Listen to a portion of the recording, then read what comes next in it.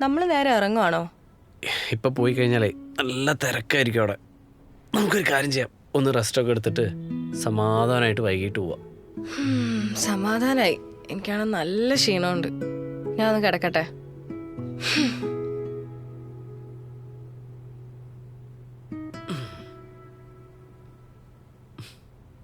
ഉറങ്ങുന്നേ കുറച്ച് ഉറങ്ങിക്കോ. Princess cave കാണാൻ എന്തായാലും ബോട്ടിലേ പോകാൻ പറ്റും. കുറേ നല്ല ഫോട്ടോസ് എടുക്കാം നിനക്ക്.